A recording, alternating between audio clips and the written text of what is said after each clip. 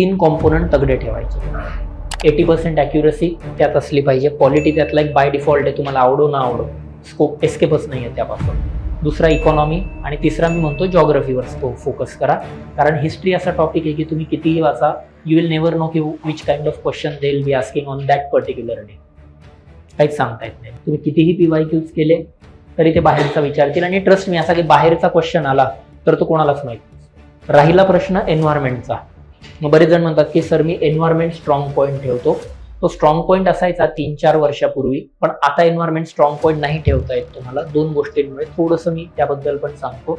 कारण एन्व्हायरमेंटचे 2 टॉपिक्स येतात, एक असतो स्टॅटिक, दुसरा असतो फॅक्च्युअल. एन्व्हायरमेंटचा static is one of the easiest topic to study in entire UPSC. पण यार जेव्हा तुम्ही फॅक्च्युअलमध्ये जातात एन्व्हायरमेंटचे, ते काही पण विचारायला लागले, काही पण म्हणजे काही लॉजिकच नाही आहे त्यामध्ये. Either you know it or you don't know it. एन्व्हायरमेंटचे जर 15 क्वेश्चन्स असतील, 7 स्टॅटिकवर येतात, 7-8 फॅक्च्युअल येतात.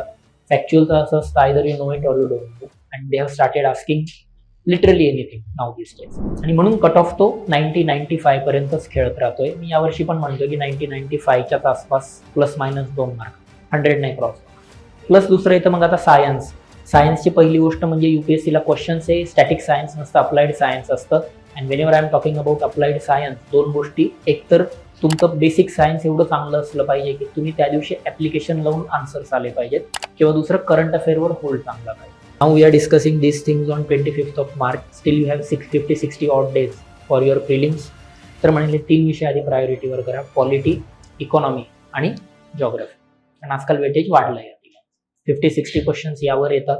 फोकस करा, मार्क्स येईल.